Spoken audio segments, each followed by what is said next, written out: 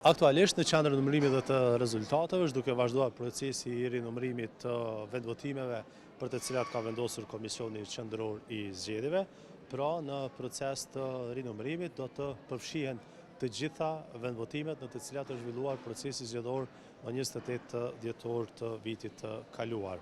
Sipas vendimit të parë të KSZ-s të datës 13 janar, ishte planifikuar që të rinumëroheshin 914 vendvotime, ndërkaq pas vendimit të dytë të KSZ-s të datës 19 janar, në procesin e rinumërimit do të përfshihen edhe 1643 vendvotime. Pra, numri i përgjithshëm i vendvotimeve që do të rinumërohen nga procesi zgjedhor është 2557 sosh.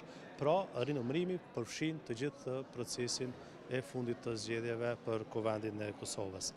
Aktualisht, numri i ekipeve që janë të angazhuara në procesin e rinumërimit këtu në qendrën e numërimit dhe të rezultateve, gjatë një dite pune, pra nga ora 8 e mëngjesit deri në mesnatë, është 76, bazuar në këtë kapacitet dhe në numrin e vendvotimeve të mbetura për të rinumëruar.